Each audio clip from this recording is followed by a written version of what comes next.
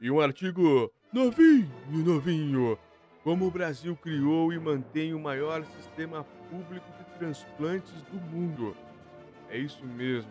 Agora, com o caso do coração, parece que foi tudo bem com o Faustão, grande Fausto Silva, apresentador.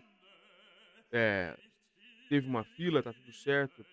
Não é isso aqui a conversa, é como o Brasil criou e mantém o maior sistema público de transplantes do mundo. É a BBC News Brasil, tenho certeza que é uma reportagem aqui nossa, genuína nossa. Vamos ver quem que era aqui. Julia Brown. Ah, Julinha, da BBC News Brasil em São Paulo. O Twitter dela é @Julia E. Brown, Braun. Aí para quem quer segui-la lá no Twitter, ela é excelente, viu, olha lá. E aqui a foto para quem nos acompanha pelas fotos também, pelas imagens no caso. O sistema de distribuição em fila é totalmente público no Brasil e mais de 90% das cirurgias são feitas pelo SUS. Olha, que interessante. A matéria é 27 de agosto de 2023, ou seja, ela é novinha, novinha. Começando a ler aqui então, chega de reação. O apresentador Fausto Silva, o Faustão, entrou na fila e espera por um transplante de coração após seu quadro de insuficiência cardíaca se agravar. Aos 63 anos, ele está internado desde o dia 5 de agosto no Hospital Albert Einstein, em São Paulo. Neste domingo, o hospital informou que o apresentador passou pela cirurgia de transplante. No boletim, a instituição informou que Fausto Silva está na UTI e que o procedimento foi um sucesso. Abre aspas. As próximas horas são importantes para acompanhamento da adaptação do órgão e controle de rejeição, afirma o hospital. Além de Faustão, mais de 65 mil brasileiros estão à espera por um transplante no país atualmente. Segundo o Ministério da Saúde, destes, cerca de 380 aguardam por um coração. O Brasil tem uma das maiores filas do mundo, mas também criou e mantém o maior sistema público de transplantes. O Brasil é o segundo que mais realiza esse tipo de procedimento, atrás apenas dos Estados Unidos, que é privado. Em 2022, foram quase 26 mil cirurgias de transplante no Brasil, entre as quais 359 de coração. Olha o tamanho dos números aqui. Em 2022, foram quase 26 mil cirurgias de transplantes no Brasil, entre os quais 359 só do coração. Olha que dado importante. As mais comuns foram de córnea, que é ouro, né? 13,98 mil. Rim, 5,3 mil. E medula óssea, 3,99 mil. Segundo a Associação Brasileira de Transplantes de Órgãos, ABTO. Quantas vidas foram salvas por essa operação? Claro que nem todos aqui era risco, né? Córnea, provavelmente não. Medula, sim. Rim também, provavelmente. O país tem ainda mais 600 hospitais autorizados a fazer transplantes. Muito bom. Especialistas ouvidos pela BBC News Brasil dizem que o sistema brasileiro é bastante completo e funciona bem, servindo inclusive de moeda para modelo moeda para outros países. Só ser moeda de talvez trocar informações. Abre aspas. O sistema de transplantes brasileiro é reconhecido internacionalmente por ser inteiramente público e oferecer serviços em um país gigantesco e muito povoado, diz Alcindo Ferla, professor da Universidade Federal do Rio Grande do Sul, UFRGS, e especialista em saúde pública. Além disso, abre aspas, além disso, também é reconhecido pela qualidade técnica e das políticas públicas envolvidas. Olha, ainda assim, precisa de mais recursos financeiros para se tornar mais eficiente e menos desigual, diz o médico Leonardo Borges de Barros e Silva, coordenador da organização da procura de órgãos do Hospital das Clínicas da Faculdade de Medicina da Universidade de São Paulo, HFCM e USP. Abre aspas. O processo de doação e transplantes do Brasil é excelente, especialmente quando comparado a outras partes do Sistema Único de Saúde, o SUS. Mas todo o sistema está subfinanciado e há desigualdade, diz, abre aspas de novo. A espera por um órgão pode variar conforme o estado do Brasil em que o paciente está. Os índices de doação também variam muito entre as regiões do país. Segundo os especialistas, o principal gargalo para aumentar a eficiência está no momento da doação. Muitas famílias ainda hesitam em permitir a doação após o falecimento, e nem sempre há equipes hospitalares totalmente preparadas para lidar com o momento. Tópico. Como funciona o sistema? Importante, olha lá. O primeiro transplante no Brasil foi realizado em 1968, mas o sistema brasileiro, como conhecemos hoje, foi criado muito depois, em 1997. Ele foi inspirado em outros modelos, na Espanha, por exemplo, considerado um dos mais eficientes do mundo. O atual sistema é regulamentado pela Lei 9.434 de 1997. Nota a Lei 9.434 de 1997. A norma estabelece, entre outras coisas, a existência de dois tipos de doador: o vivo e o falecido. No caso do doador vivo, podem ser cedidos um dos rins, parte do fígado, parte dos pulmões ou parte da medula óssea. Olha, eu não sabia. Dá pra doar tanta coisa. Nesses casos, a legislação brasileira permite que cônjuges, parentes e até quarto grau sejam doadores. Para pessoas que não são parentes, a doação só é possível com autorização judicial. No caso do doador falecido, tecidos, órgãos ou partes do corpo humano destinados a transplante ou tratamento só podem ser retirados após o diagnóstico de morte cerebral e com autorização da família. Um doador falecido após morte cerebral que não tenha sofrido parada cardiorrespiratória pode doar coração, bem como pulmões, fígado, pâncreas, intestino, rins, córneas, vasos, pele, ossos e tendões. Nossa, bastante coisa. Após a avaliação dos órgãos ou tecidos, as comissões dos hospitais cadastram dados relativos às partes do corpo em um programa informatizado que combina essas informações com os dados de possíveis receptores. Já os pacientes são separados de acordo com o órgão que será transplantado, tipo sanguíneo ou outras especificações técnicas com peso e altura. Na hora de combinar o órgão com o receptor, leva-se em conta a posição na lista única, mas também esses critérios. Abre aspas. Pacientes em estado crítico podem ser atendidos com prioridade, em razão de sua condição clínica, explica o Ministério da Saúde em nota. Esse sistema computadorizado é de responsabilidade do Sistema Nacional de Transplantes, SNT, e gerenciado pela Central de Transplantes de cada estado. Há também outras entidades envolvidas no processo de identificação e distribuição dos órgãos, nas quais as organizações de procura de órgãos, OPO, e bancos de órgãos e tecidos. Após identificado o receptor, o órgão é enviado pela central de transplantes ao hospital onde está o paciente para ser implantado pela equipe transplantadora que acompanha a situação clínica.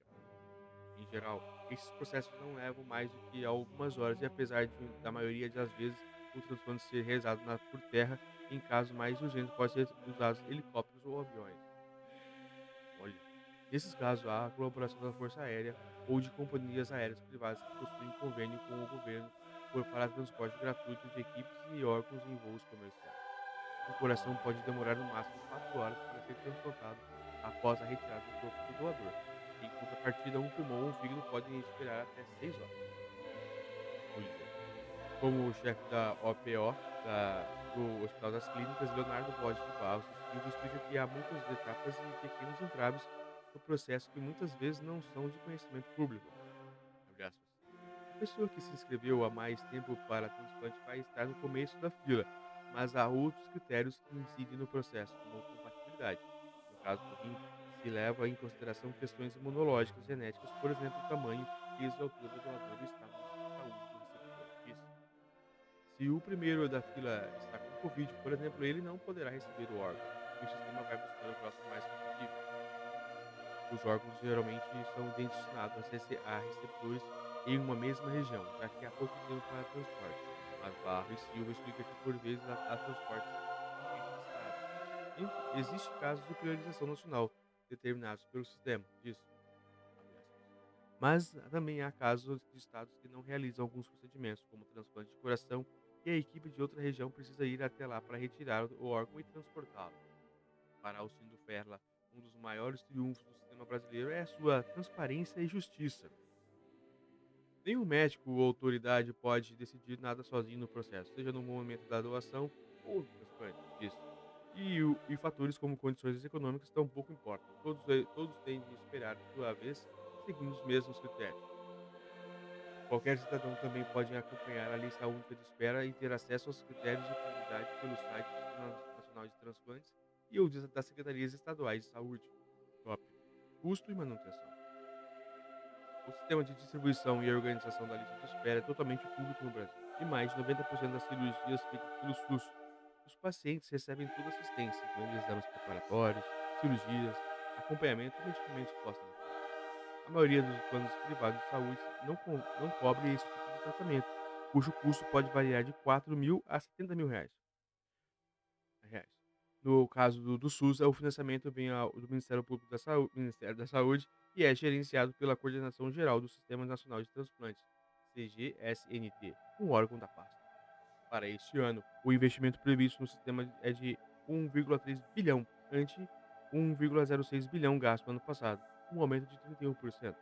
Mas Geraldo Moura, coordenador do Sistema Estadual de Transplantes da Bahia, explica que não é todo o financiamento disponível. Abre aspas. Na Bahia, por exemplo, temos um cofinanciamento estadual para um programa de incentivo ao transplante e à doação de órgãos, além dos aportes do Ministério da Saúde. Além disso, o processo da cirurgia e acompanhamento após o procedimento também contam com a participação e financiamento dos estados. A responsabilidade pela formação dos profissionais especializados também é dividida. Tópico: desigualdade e eficiência. Mas apesar de ser referência em termos de atendimento gratuito e justo, especialistas fazem críticas à eficiência do processo de recursos dos doadores e concretização da doação. O Brasil tem atualmente 13,8 doadores efetivos para cada 1 milhão de habitantes.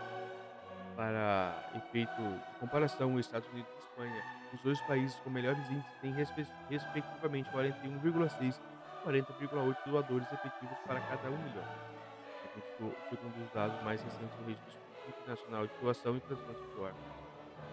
Em partida, o Brasil está na frente de outros países desenvolvidos como Alemanha, Israel e Coreia do Sul. Abre aspas.